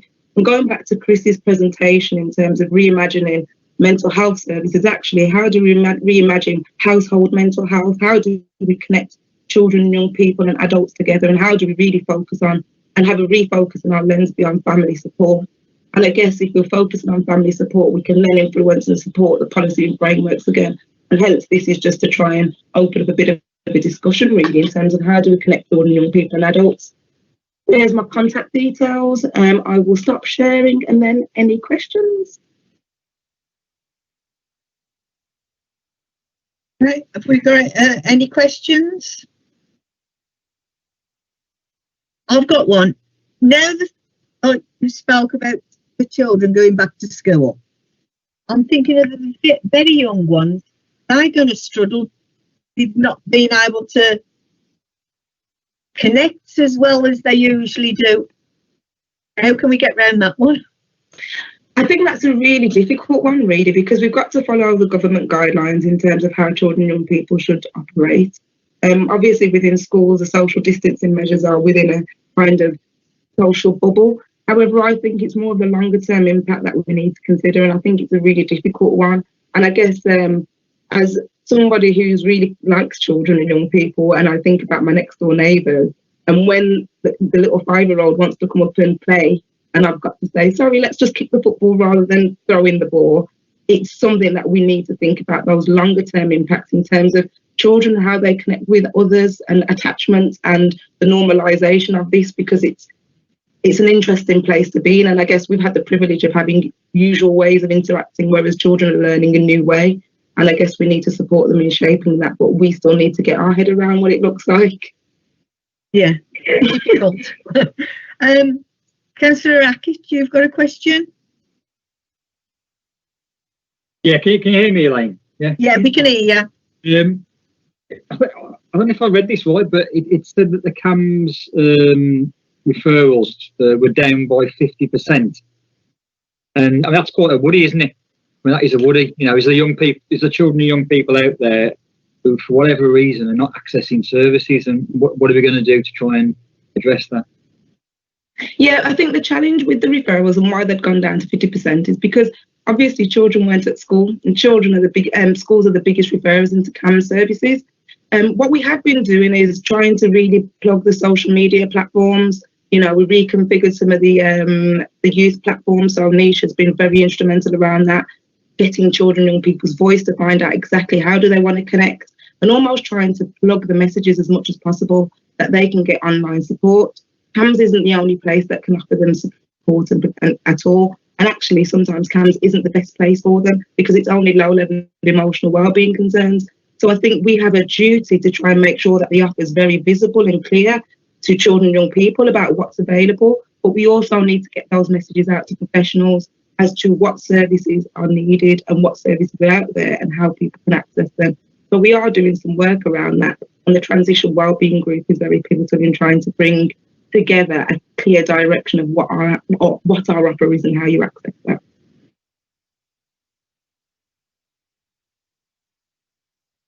Okay, Simon. Yeah, I just think it's something that needs to be, monitored really. That is a concern. It is a concern. What I can say is that the referrals have gone up, so Councillor Hackett, they have gone up, and I believe that they're above normal now in terms of referrals. I guess what we do need to keep abreast on is those people who potentially would have been referred on to other services and whether they're triangulation in the data to say actually there might have been 50% less referrals into CAMS, but what we actually have is a 30% increase in referrals into, say, for example, COO's online services and a 20% increase in referrals to BEAM services, which by default might give us that 50% where that reduction is. And I guess we just need to interrogate that a little bit more. I can take that back as an action. Thank you. Okay, Simon. Yes, thank you. That was helpful. Question, Elaine? Yeah, thank you, Chair. Yeah, I was just going to mention CAMS. I got that down on my list as well. So well done, Simon. Obviously, the 18 weeks I was going to mention, but Simon's asked the questions I was going to ask. Yeah, I mean, obviously, domestic abuse is up. We sort of gathered that. But isolation and loneliness is a big concern for me as well. It mentioned on one of the slides reality and returning, and I think that is reality, that we're going to have some major issues, to be honest. And how are we going to get round this, though? Like you say, what are we going to do regarding the isolation and loneliness? How many teams are going to be sort of making it a priority? Thank you. Okay, so in terms of loneliness and isolation, all our schools, well, I think about at least 90% of our schools have a schools charter mark, and the schools charter mark is almost looking at how schools are supporting around emotional wellbeing and mental health. But what they've done is they've revised the school charter mark to make sure that it picks up some of the concerns that would be highlighted through COVID. And what our education psychology colleagues have done is looked at all the different kind of research and evidence around impact on disasters, etc. And they're actually restructuring their training to support school staff to almost deliver curriculum-friendly resources that support around some of the big issues. So loneliness and isolation will be one part of that. And what we are doing as part of the DfE Wellbeing Project as well is really canvassing schools to find out what matters to them, what are the concerns that are coming up, and we're being very flexible in the types of training that's being provided. In addition, the nationally additional education psychology resources are being asked for. So people are being asked, so previous people have retired from education psychology are being asked to return back to practice. So we know that that is currently taking place at the moment, and we do have educational psychology team and inclusion services who are coordinating that. So what we're just trying to do as part of a bigger, broader partnership is coordinate whatever skills, assets we have into a collective and almost trying to distribute and ensure that we're covering all our bases rather than saturating and focusing one area. We're just literally trying to support as much as we can to protect our schools, which by default means we're going to be protecting our schools. Thank you. Councillor Altwell? Suzanne? Yeah. Can you hear me? Yeah. All right. What can I say? The slides, the talks that have been given tonight has been great. but I will say my brain is bubbling because there's a lot of it to take in. So obviously I'd like to receive all the slides so I can take it in my own time. I don't know if you'll have the answer for this, but when you were talking about the schools reopening and the new school year, do we know what the data is for the uptake of parents returning their children back to school? Because obviously there'd be a worry about that. And also with schools that have been affected by the COVID when they've had to shut down like year groups. Because obviously this is like a stack of dominoes, isn't it? It's opening like, you know, a big can of worms for a lot of families. And moving forward, how do we get out of this? How do we take it positively? And also, I'd like to say as well, it's the information. We need some guidance, some, you know, clarity on the information that is going out there, either it being through the newspapers, through social media, through Twitter. There's a lot of, and I can say from just today, the phone calls I've received with the restrictions for the new lockdown that is supposed to be happening tomorrow has raised a load more questions and anxiety for families because they don't understand the information. So when are we going to get some clear guidance? I know there's loads of questions within that one. There's loads, and I don't think I can answer any of them really, so I might be directing you back to Lisa for some of them. Well, I was batting it out for anybody. Okay. So in terms Lisa, do you want me to come back on that?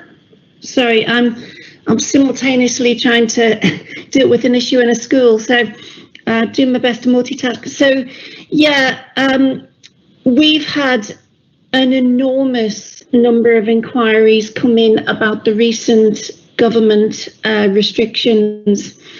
In particular, the local ones that have been imposed on Sandwell, Solihull and Birmingham. We have had to go back to government several times to get some clarification on a lot of these points. So just to run through some common themes that have come up. I've been answering questions, for example, all weekend about holidays. I'm glad to say in most cases people didn't, in fact in all cases so far, nobody's had to cancel their holiday based on what I've told them, which is nice. We have had a lot of questions about work, so can mobile hairdressers, driving instructors, etc. I've been taking a lot of those.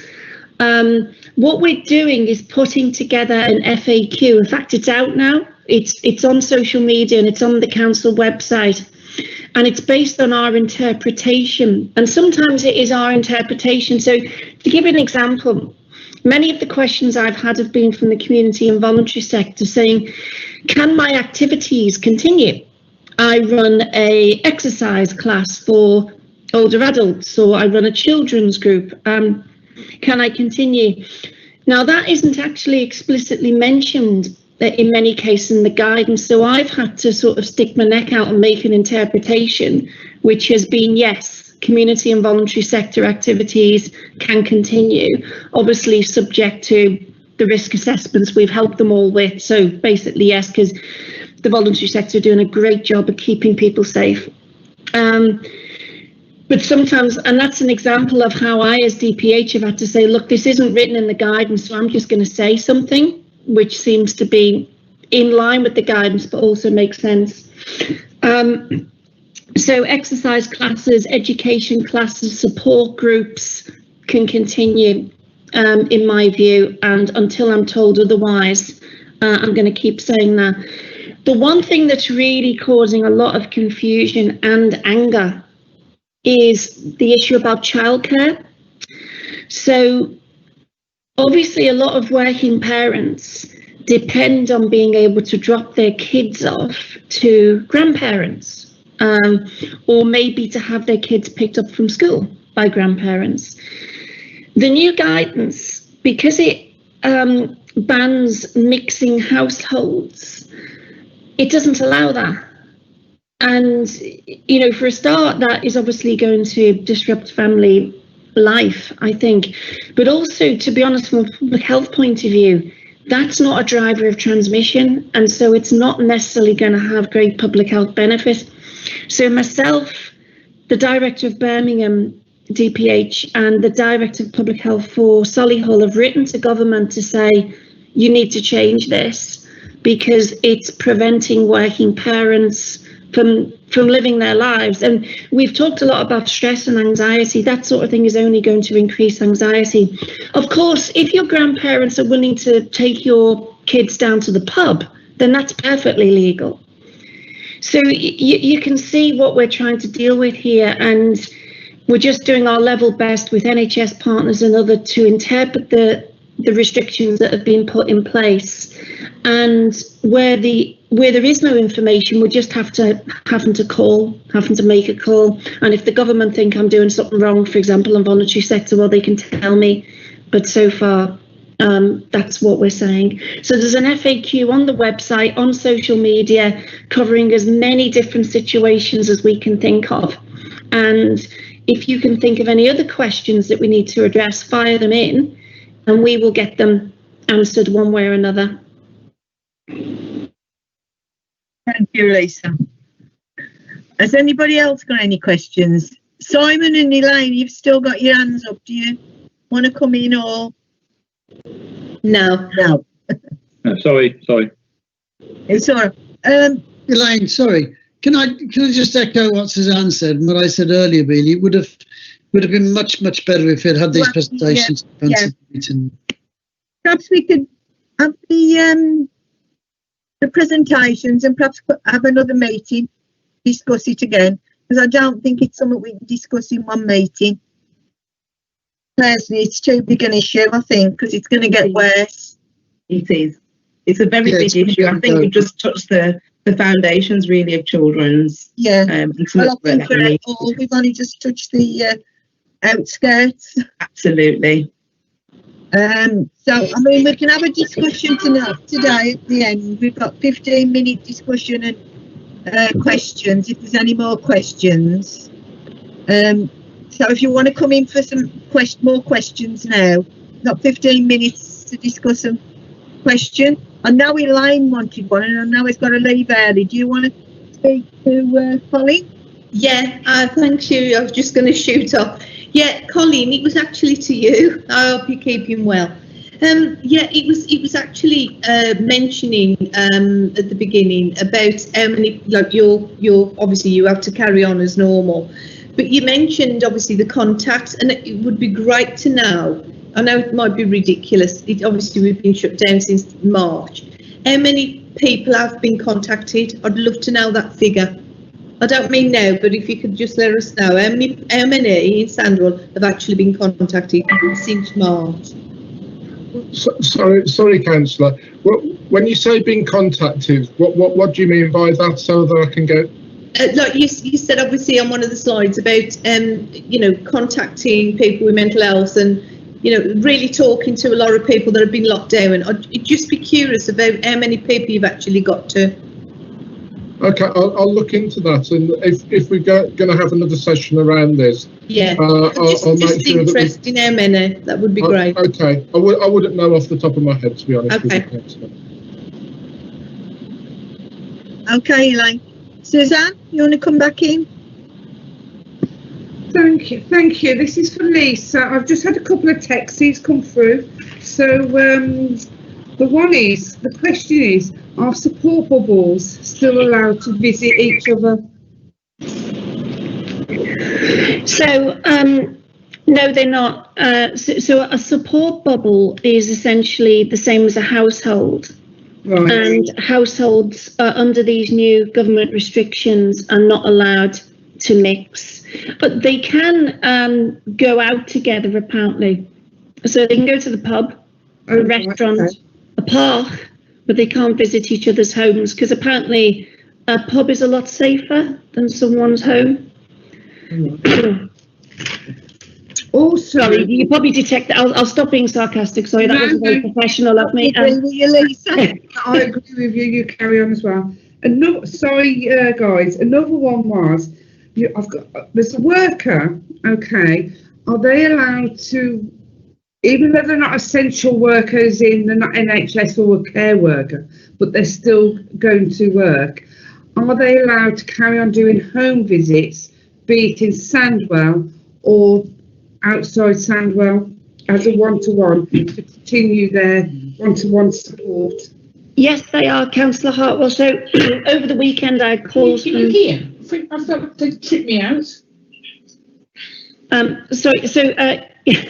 Yes, Councillor Hartwell. So I've had calls from mobile hairdressers, driving instructors, all sorts of people who work in people's homes, and work purposes are exempt. Are exempt. That is wonderful. And that's actually the basis on which I've come to the conclusion about the voluntary sector work, that actually voluntary sector and community sector work and is providing a service and should have the same status as paid for services. That's wonderful. Thank you so much for that. Any more questions or any suggestions other than the next to come back to another meeting? Do you want to come in on that, Bob? No, I agree that it's obviously an ongoing situation. Some of the stuff around, in particular over mental health, it's probably been too short a period from lockdown in order to sort of fully judge any sort of impact, really. But I do think it's something we should sort of continue to monitor. Yeah. Shall we make a resolution that we'll have the presentations and come back to another meeting with questions for the officers? I agree. Okay. James, did you get that? Yeah, I've made a note of that. Thank you, Chair. Okay, I'll go through the members' notes, see if they're in agreement then. Councillor Jarvis? Agree. Pardon, I don't catch it. Agree. Thank you, Anne. Councillor Tranter? Agree. Councillor Hackett? Oh, hi, Elaine. Yes, I do agree. I mean, I particularly like a bit more information on what we're going to do about that 50% and that young people not accessing CAMS and what's been done to mitigate that, I suppose. Yeah, we'll get that at the next meeting when we've had the discussion. Councillor Causa? Councillor Causa, do you agree or disagree? Agreed. And, I can't really hear you guys properly. Okay. Right, James, so we'll organise that. I agree. Oh, I forgot you, Suzanne. Sorry. Have I got everybody now? Yeah. So we'll do. Oh. No. Yep.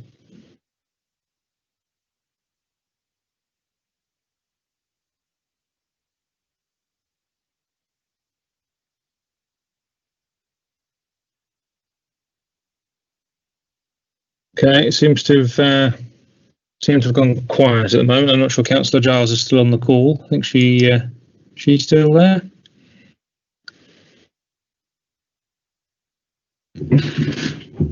Somewhere. Councillor Piper, I might have to ask you just to take the chair if Councillor Giles is having a connection issue. I think that, Diane, have you still got something to give to the meeting? I'm just conscious of the 3 of the 4 presentations. Yeah, that's fine. My presentation was around support to employees and support to employees around mental health. So it was sort of workplace mental health and wellbeing. I'm happy to forward that along with the other presentations and then attend the next session for questions. Okay, unless there's anything you want to give us a synopsis of it, if you can. It's up to you. Absolutely then. So just a very brief sort of overview then is that obviously in relation to workplace, supporting employees with their mental health and well-being during and the impact of COVID. Obviously, one of the most significant challenges was that staff then had to work from home, so it's their change in working patterns. And I think that's something that we're very keen to find and better understand, and how we can better understand the workforce. So in the presentation, you'll find there's been a couple of surveys. One pretty informal survey at the beginning of the lockdown period, just to kind of gauge how employees and staff were coping with working from home, with being on lockdown, what their challenges were. The second survey is more recent, Reset and Recovery survey, and that's still being evaluated. So maybe at the next session, we'll have more sort of feedback on that survey. I think one thing I did want to mention is that there has been a reduction in actual short-term sickness absences from Q1 last year to Q1 this year. However, as you may well imagine, sort of stress, mental health and depression are always a key contributor and one of the sort of highest factor levels in short-term sickness absence. But particularly in Q1 this year, there's been a 25% increase. And again, that will be in the presentation that I've sent to you. It's linked to sort of personal circumstances and bereavement. So, across the council, in each of the directorates and the teams, we're working really hard to promote our sort of offer to staff. There's a range of occupational health, counselling, bereavement services, and then we're developing toolkits as well. So toolkits to help staff sort of adjust to working from home, to help them become more, digital savvy, as we all have with now Teams. And also sort of to sort of appreciate that for each individual employee, they have their own sort of feeling around whether working from home suits them or not suits them, and how we can support managers to, really early on identify where staff may need additional support, and to offer employees opportunities to sort of get involved as well. So that's it really. It's all in the presentation. I'm happy to come along to the next session and talk through that. Thanks, Diane. I'll hand back over to you, Chair. Thank you. Yeah, sorry, I missed it. So we would like the presentation and to come back to the next meeting, please. No worries. Okay. Is there any questions? No. Okay. All right. Thank you, Diane. Thank you. Sorry about that. There may be some questions, Chair, when we see the data, really. I think it's rather than the overview.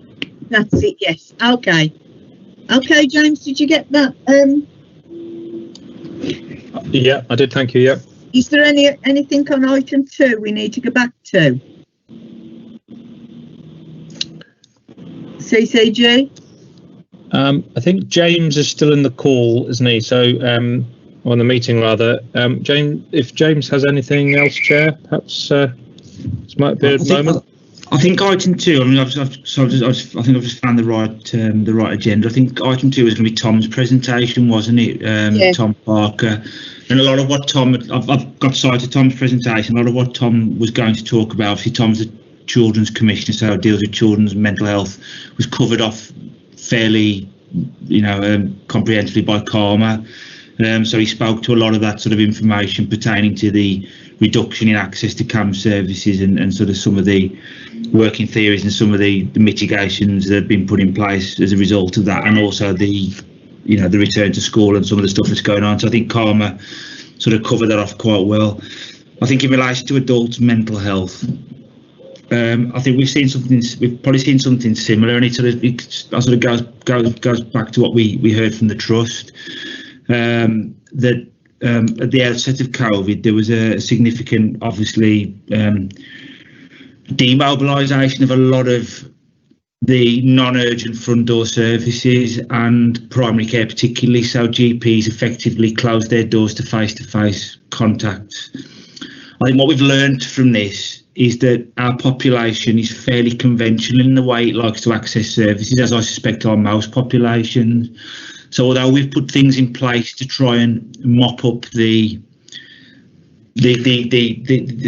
consequences of that and give people opportunities to access in new and innovative ways, either digitally or by telephone using video facilities, we've still seen a significant reduction in people presenting through our lower level therapeutic services. Interestingly, we also saw a huge reduction in people attending ED with mental health problems, A&Es. And again, I think we're in the process now of trying to really understand what this was all about, because a lot of those services are still not running, in any way like the old normal. They are still telephone first. And I think for some, there's a real concern emerging now that for some people with mental health difficulties, whether it's known or unknown, that actually the fear of trying to access something in those kind of ways is precluding them from some of these services, which may explain why the Trust has seen a higher number of people presenting with higher levels of complexity further down the line. I think we've also started to wonder whether, because a lot of these people are unknown to services, as Melvina pointed out, whether there is a consequence to the lockdown, in that people who may have had emotional or psychological issues, who may have had emotional or psychological issues, but were getting that informal support, however functional or dysfunctional, from somewhere else, and a lot of that support was taken away. That could be as simple as somebody going to visit a local shop every day, or going to the pub, or going to the bookies, or going to the hairdressers, all of those things that may have given somebody a sense of psychological security that meant that they didn't ever get into crisis. And I think the fear is now that because a lot of that stuff was taken away, a number of people have gone into crisis. So what we're trying to do is do a bit of narrative. And the data doesn't tell us a lot, but I think there's a lot of stories out there that probably do. So as an STP for the whole Black Country, what we're trying to do is now is drag some of those stories out and sort of trying to just understand what the narrative is telling us beyond the data, because the data doesn't particularly reveal anything other than, how many people have accessed in a particular place. It doesn't tell us why, how, or what their story was. I think from that we can then start to, plan probably more in a more nuanced way for any kind of phase 2, and also for the restoration of services, which, as we know, is likely to not be a return to the old normal. I think certainly one of the impacts of this from a health perspective is that I suspect primary care, and to some lesser extent our acute partners, particularly around EDs and urgent pathways, are not planning anytime soon to return to having a full open front door. And I think the expectation is they will now offer a much more remote point of access. And I think from a mental health perspective, that presents a number of challenges that we need to understand. I think our services have been absolutely tremendous in stepping up and doing what they've done. And I think one of the positive consequences of this is because fewer people were accessing to our front doors, a number of the services that were pressured around some of the waiting times, etc., have been able to sort of see a lot more people more quickly and get and clear some of that backlog, which has been it gives us a nice start point to move into the new world. So that's been a sort of, I suppose, a positive consequence of some of this. I think in terms of sort of the strategic position around adult and children's mental health, obviously the Black Country is now working far more closely as one, but there is a huge consultation process to be gone through before any constitutional changes are made. So I think locally, and Diane's been a great support in this, around the suicide prevention agenda, around a mental health strategy for Sandwell. We're going to pursue that anyway. We're going to keep working for Sandwell with the view to ensuring that Sandwell has a clear strategy and that provides it with a stake in any changes that happen at a more sort of strategic or broader level across the Black Country and West Birmingham. We're very keen, obviously, that Sandwell stakeholders are engaged and feel they've got a real part to play in developing that, because I think one thing the NHS long-term plan is doing is it's sort of ensuring that mental health is in mind, that there is investment for mental health services, and also pushing an agenda that says we give some of that investment to organisations on a much broader basis. So they're not just going to NHS providers. We're involving our third sectors. We're trying to get more integration going. And I think another real positive consequence of COVID is just as a result of getting everybody around the table virtually on Microsoft Teams or Zoom or whatever. We've actually started some forums that I think will now provide us with a really good platform going forward to have our statutory and non-statutory providers working together. And I don't know why we ever found it so hard in the past, because literally this happened overnight. And I think, what we've decided to do is retain it, develop terms of reference around some of those forums, and now, it's all ready to go, really, to sort of shape the future.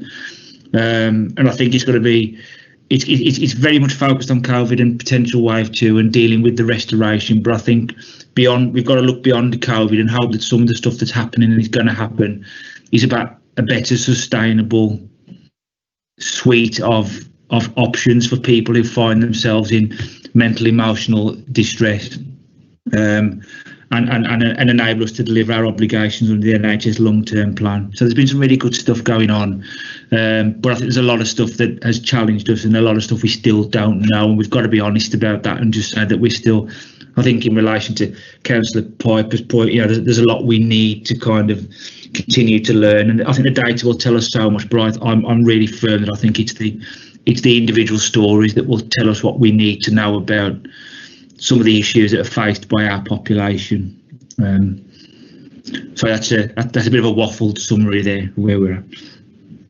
Oh, thank you. Is there any questions? No? Thank you, James. We've had the discussion, so I've only got one thing to say before I call the meeting to an end. I want the committee to send the best wishes to James Sandy. This is his last meeting today. He's leaving and going to Birmingham. Thank you, Chair. We'll miss you. Thank you for your support. Yeah, Chair, can I associate myself with those remarks? It's a shame that James has been demoted, but we wish him all the best of luck, and he's working for whoever it is he's working for. Okay, thank you. All right. Is there any more questions anybody wants to ask before I close the meeting? No? Before yes, yes, I've got one. My hand is up. It just jumped into my head regarding deaths from suicide. Do we know if we get any data to that, if they've gone up? But also a person's threat of life to themselves. I don't know who can answer that. I was going to say, Lisa, can you answer that? Hi, yes. Di, I don't know whether we've got any local data, do we, on that? Yeah, I was just going to ask, because Sandwell's we're kind of leading the way around sort of suicide data, because we've built up a really good relationship with Black Country coroners. However, the only way we can access their data is actually being in Judge with them. And obviously since the lockdown, we haven't been able to access the data. So, on that score, really, we're on a bit of a back foot in relation to the data. We do have first responder partners who sit on the partnership who may be able to share some data with us. But no, we haven't got any sort of data around suicide at the moment. I think what I would probably confidently say, Councillor Harwell, even though we've not got data on this, when we look back at this period in a year or two's time and we have a full picture of the data, I would be amazed if we didn't see an increase in suicides across the country and indeed the world, to be honest. I mean, we know, one of the earliest empirical findings, it goes all the way back to Emil Durkheim, doesn't it, looking at the relationship between isolation and suicide. And I think that we've become more isolated as a society, inevitably, and also more anxious. So I think it's really a matter of how much has suicide increased rather than whether it has. So, yeah, and when Di does her full presentation, we'll be able to talk much more about how we look at mental health from a population point of view. And one of the reasons I was able to sort of pushed the guidance a little bit on the community and voluntary sector restrictions was that I guess I've seen in Samwell more than anywhere else what an important part the community and voluntary sector play in reducing isolation. So, you know, that's why we sort of stuck our neck out on the guidance and said carry on as you were. They're going to be absolutely crucial going forward.